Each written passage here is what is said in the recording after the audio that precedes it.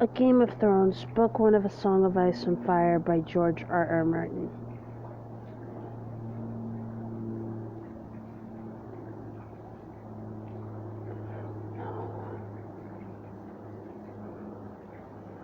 Prologue. We should start back, Jared urged as the woods began to grow dark around them. The wildlings are dead. Do the dead frighten you? Sir William Royce asked with just the hint of a smile. Jared did not rise to the bait. He was an old man past 50, and he had seen the lordlings come and go. Dead is dead, he said. We have no business with the dead. Are they dead? Royce asked softly. What proof have we? Will saw them, Jared said. If he says they are dead, that's proof enough for me. Will had known they would drag him into the quarrel sooner or later. He wished it had been later rather than sooner. My mother told me that dead men sing no songs, he put in. My wet nurse said the same thing, Will, Royce replied. Never believe anything you hear at a woman's tip. There are things to be learned even from the dead. His voice echoed too loud in the twilight forest. We have a long ride before us, Jared pointed out. 8 days, maybe 9, and night has fallen. Sir Waymore Royce glanced at the sky with disinterest. It does that every day about this time. Are you unmanned by the dark, Jared? Will could see the tightness around Jared's mouth, the barely suppressed anger in his eyes under the thick black hood of his cloak. Jared had spent 40 years in the Night's Watch, man and boy, and he was unaccustomed to being made light of. Yet, it was more than that. Under the wounded pride, Will could sense something else in the older man. You could taste it. A nervous tension that came perilous close to fear. Will shared his unease. He had been 4 years on the wall. The first time he had been sent beyond, all the old stories had come rushing back and his bowels had turned to water. He laughed about it afterward. He was a veteran of 100 rangings by now, and the endless dark wilderness that the Southern called the Haunted Forest had no more terrors for him. Until tonight. Something was different tonight. There was an edge to this darkness that made his hackles rise. 9 days they had been riding north and northwest and then north again, farther and farther from the wall, hard in the track of a band of wildling raiders. Each day had been worse than the day that had come before it. Today was the worst of all. A cold wind was blowing out to the north, and it made the trees rustle like living things. All day, Will had felt as though something were watching him, something cold and implacable that loved him not. Jared had felt it too. Will wanted nothing so much to ride hell-bent for the safety of the wall, but that was not a feeling to share with your commander. Especially not a commander like this one. Sir Waymore Royce was the youngest son of an ancient house with too many heirs. He was a handsome youth of 18, gray-eyed and graceful and slender as a knife. Mounted on his huge black destrier, the knight towered above Will and Garrett on their smaller garrons. He wore black leather boots, black woolen pants, black moleskin gloves, and a fine supple coat of gleaming black ringmail over layers of black wool and boiled leather. Sir Waymore had been a sworn brother of the Night's Watch for less than half a year, but no one could say he had not prepared for his vocation, at least insofar as his wardrobe was concerned. His cloak was his crowning glory, sable, thick and black, and soft as sin. Bet he killed them all himself, he did, Jared told the barracks over wine. Twisted their little heads off our mighty warrior. They had all shared the laugh. It is hard to take orders from a man you laughed at in your cups, Will reflected as he sat shivering atop his garron. Jared must have felt the same. Mormon said as we should track them, and we did, Jared said. They're dead. They shan't trouble us no more. There's hard riding before us. I don't like this weather. If it snows, we could be a fortnight getting back, and snow's the best we can hope for. Ever seen an ice storm, my lord? The lordling seemed not to hear him. He studied the deepening twilight in that half-bored, half-distracted way he had. Will had ridden with the night long enough to understand that it was best not to interrupt him when he looked like that. Tell me again what you saw, Will. All the details, leave nothing out. Will had been a hunter before he joined the Night's Watch. Well, a poacher in truth. Malister free-riders had caught him red-handed in the Malister's own woods, skinning one of the Malister's own bucks, and it had been a choice of putting on the black or losing a hand. No one could move through the woods as silent as Will, and it had not taken the Black Brother long to discover his talent. The camp is 2 miles farther on over that ridge hard beside a stream, Will said. I got close as I dared. There was 8 of them, men and women both, no children I could see. They put up a lean-to against the rock. The snow's pretty well covered it now, but I could still make it out. No fire burning, but the fire pit was still plain as day. No one moving. I watched a long time. No living man ever lay so still. Did you see any blood? Well, no. Well, admitted. Did you see any weapons? Some swords, a few bows. One man had an axe, heavy-looking, double-bladed, a cruel piece of iron. It was on the ground beside him, right by his hand. Did you make note of the position of the bodies? Will shrugged. A couple are sitting up against the rock, most of them on the ground, fallen like, or sleeping, Roy suggested. Fallen, Will insisted. There's one woman up in ironwood, half hidden in the branches of far ice. He smiled thinly. I took care she never saw me. When I got closer, I saw that she wasn't moving either. Despite himself, he shivered. Never chill? Royce. Some, Will muttered. The wind, my lord. The young knight turned back to his griddle man-at-arms. Frost-fallen leaves whispered past him, and Royce's gesture moved restlessly. What do you think might have killed these men, Jared? Sir Waymer asked casually. He adjusted the drape of his long sable cloak. It was the cold, Jared said with iron certainty. I saw a man freeze last winter and the one before when I was half a boy. Everyone talks about snows 40 feet deep and how the ice wind comes howling out of the north, but the real enemy is the cold. It steals up on you quieter than will, and at first you shiver, your teeth chatter, and you stamp your feet and dream of mulled wine and nice hot fires. It burns, it does. Nothing burns like the cold, but only for a while. Then it gets inside you and starts to fill you up, and after a while you don't have the strength to fight it. It's easier to just sit down or go to sleep. They say you don't feel any pain towards the end. First you go weak and drowsy and everything starts to fade. And then it's like sinking into a sea of warm milk. Such eloquence, Jared, Sir Waymer observed. I never suspected you had it in you. I've had the cold in me too, Lordling. Jared pulled back his head, giving Sir Waymer a good long look at the stumps where his ears had been. 2 ears, 3 toes, and a little finger off my left hand. I got off light. We found my brother frozen in his watch with a smile on his face.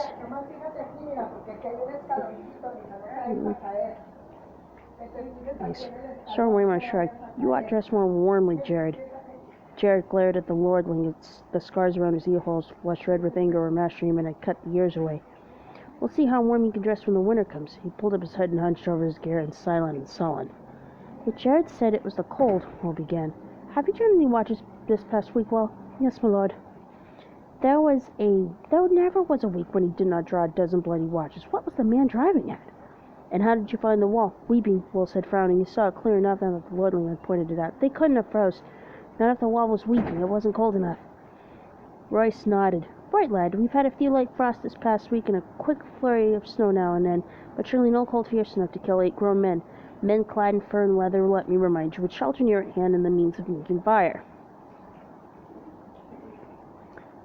The knight's smile was cocksure. Well, lead us there. I would see these dead men for myself. And then there was nothing to be done for it. The order had been given and honor bound them to obey. Will went in front, his shaggy little Garen picking the way carefully through the undergrowth. A light snow had fallen the night before, and there were stones removed hidden sinks lying just under its crest waiting for the careless and unwary. Sir Waymer Royce came next, his great black gesture swinging impatiently. The warhorse was the wrong mount for ranging, but try and tell that to the lordling. Jared brought up the rear. The old man-at-arms muttered to himself as he rode. Twilight deepened. The cloudless sky turned a deep purple, the color of an old bruise, and faded to black. The stars began to come out. A half-moon rose. Will was grateful for the light. We can make a better pace than this, surely, Royce said when the moon was full risen. Not with this horse, Will said. Fear can meet him insolent. Perhaps my lord would care to take the lead. Sir Waymer Royce did not deign to reply. Somewhere off in the wood a wolf howled. Will pulled his Garen over beneath an ancient gnarled ironwood and dismounted. Why are you stopping, Sir Waymer? Best go the rest of the way on foot, my lord. It's just over that ridge. Royce paused a moment, staring off into the distance, his face reflective. A cold wind whispered through the trees. His great sable cloak stirred like something behind, like something half alive. There's something wrong here, Jared muttered. The young knight gave him a disdainful smile. Can't you feel it, Jared asked. Listen to the darkness. Will could feel it. 4 years in the night's watch, and he had never been so afraid. What was it? Wind, trees rustling, a wolf. What sound is it that unmans you so, Jared? When Jared did not answer, Royce slid gracefully from his saddle. He tied the gesture securely to a low-hanging limb well away from the other horses, and drew his longsword from its sheath. Jewels glittered in its hilt, and the moonlight and ran down the shining steel. It was a splendid weapon castle forged and new made from the look of it. Will doubted it had ever been swung in anger. The trees pressed close here, Will warned. That sword'll tingle you up, my lord, better a knife. If I need instruction, I'll ask for it. The young lord said. Jared, stay here, guard the horses. Jared dismounted. We need a fire, I'll see to it. How big a fool are you, old man? If there are enemies in this wood, a fire is the last thing we want. There's some enemies a fire will keep away, Jared said. Bears and direwolves and other things. Sir Raymond's mouth became a hard line. No fire. Jared's head shadowed his face, but Will could see the hard glitter in his eyes as he stared into the night. For a moment he was afraid the older man would go for his sword. It was a short, ugly thing, its grip discolored by sweat, its edge nicked from hard use. But Will would not have given an iron bob for the lordling's life if Jared pulled it out from its scabbard. Finally Jared looked down. No fire, he muttered low under his breath. Will took it for acquiescence and looked away. Lead on, he said to Will. Will threaded their way through a thicket that started up the slope to the low ridge where he had found his vantage point under a sentinel tree. Under the thin crust of snow, the ground was damp and muddy, slug footing with rocks and hidden ridge to trip you up. Will made no sound as he climbed. Behind him he heard the soft metallic slither of the lordling's ringmail, the rustle of leaves and muttered curses as reaching branches grabbed his longsword and tugged at his splendid sable cloak. The great sentinel was right there at the top of the ridge, where Will had known it would be, its lowest branches a bare foot off the ground. Will slid in underneath, flattened his belly into the snow and mud, and looked down in the empty clearing below. His heart stopped in his chest. For a moment he dared not breathe. Moonlight shone down on the clearing, the ashes of the fire pit, the snow-covered lean-to, the great rock, the little half-frozen stream. Everything was just as it had been a few hours ago. They were gone. All the bodies were gone. Gods! He heard behind him. A sword slashed at a branch as Sir Raymond Royce gained the ridge. He stood there beside the sentinel, longsword in hand, his cloak billowing behind him as the wind came up, outlined nobly against the stars for all to see. Get down! Willis whispered urgently. Something's wrong. Royce did not move. He looked down at the empty clearing and laughed. Your dead men seem to have moved camp, Will. Will's voice abandoned him. He groped for words that didn't come. It wasn't possible. His eyes swept back and farther over the abandoned campsite, stopped in the axe. A huge double-bladed battle axe still lying where such a valuable weapon. On your feet, Will, Sir Waymore commanded. There's no one here. I won't have you hiding under a bush. Reluctantly, Will obeyed. Sir Waymore looked over with open disapproval. I'm not going back to Casablanca failure on my first region. We will find these men. He glanced around. Up the tree. Be quick about it. Look for a fire. Will turned away wordless. There was no use to argue. The wind was moving. It cut right through him. He went to the tree, a vaulting gray-green sentinel, and began to climb. Soon his hands were sticky with sap, and he was lost among the needles. Fear filled his gut like a meal he couldn't digest. He whispered a prayer to the nameless gods of the wood, and slipped his dirk free of its sheath. He put it between his teeth to keep both hands free for climbing. The taste of cold iron in his mouth gave him comfort. Down below, the lordling called out suddenly. Who goes there? Will heard uncertainty in the challenge. He stopped climbing. He listened. He watched. The woods gave answer. The rustle of leaves, the icy rush of the stream, a distant hoot of a snow owl. The others made no sound. Will saw movement from the corner of his eye, pale shapes gliding through the wood. He turned his head, glimpsed a white shadow in the darkness. Then it was gone. Branches stirred gently in the wind, scratching at one another with wooden fingers. Will opened his mouth to call down a warning, and the words seemed to freeze in his throat. Perhaps he was wrong. Perhaps it had only been a bird, a reflection of the snow, some trick of the moonlight. What had he seen after all? Well, where are you? Sir Waymore called it. Can you see anything? He was turning in a slow circle, suddenly wary, his sword in hand. He must have felt them as Will felt them. There was nothing to see. Answer me! Why is it so cold? It was cold, shivering. Will clung more tightly to his perch, his face pressed hard against the trunk of the sentinel. He could feel the sweet, sticky sap on his cheek. A shadow emerged from the dark of the wood. It stood in front of Royce. Tall it was and gaunt and hard as old bones, with flesh pale as milk. Its armor seemed to change color as it moved. Here it was, white as new-fallen snow. There, black as shadow everywhere, dappled with the deep gray-green of the trees. The patterns ran like moonlight on water with every step it took. Will heard to the breath go out of Sir Waymore Royce. Come no farther! A long hiss. Come no farther, the lordling roared. His voice cracked like a boy's. He threw the long sable cloak over his shoulders to free his arms for battle and took the sword in both hands. In both his hands. The wind had stopped. It was very cold. The other slid forward on silent feet. In its hand was a long sword like none that Will had ever seen. No human metal had gone into the forging of that blade. It was alive with moonlight, translucent, a shard of crystal so thin that it almost seemed to vanish. When seen at John. There was a faint blue shimmer to the thing, a ghost light that played around its edges, and somehow Will knew it was sharper than any razor. Sir Waymar read him bravely. "Dance with me, then." He lifted his sword high over his head, defiant. His hands trembled from the weight of it, or perhaps from the cold. Yet in that moment, Will thought he was a boy no longer, but a man of the Night's Watch. The other halted. Will saw its eyes, blue, deeper and bluer than any human eyes, a blue that burned like ice. They fixed on the long sword, trembling on high. Watched the moonlight running cold along the middle. For a heartbeat he dared to hope. They emerged silently from the shadows. Twins to the first, 3 of them, 4, 5. Will may have felt the cold that came with them, but he never saw them, never heard them. Will had to call out. It was his duty. And his death if he did. He shivered, hugged the tree, and kept the silence. The pale sword came shivering through the air. Sir Waymar read it was steel, and the blade meant there was no ring of metal on metal, only a high, thin sound at the edge of it, hearing like an animal screaming in pain. Royce checked a second blow and then a third, then fell back a step. Another flurry of blows, and he fell back again. Behind them, to right, to left, all around him, the watchers stood patient, faceless, silent, the shifting patterns of the delicate armor making them all but invisible in the wood. Yet they made no move to interfere. Again and again the swords met until Will wanted to cover his ears against the strange, anguished keening of their clash. Sir Waymar was panting from the effort now, his breath steaming in the moonlight. His blade was white with frost, the other's light. Then Royce's parry came too late. The pale sword bit through the ring nail beneath his arm. The young lord cried out in pain. Blood welled between the rings. It steamed in the cold, and the droplets seemed red as fire where they touched the snow. Sir Waymar's fingers brushed his side.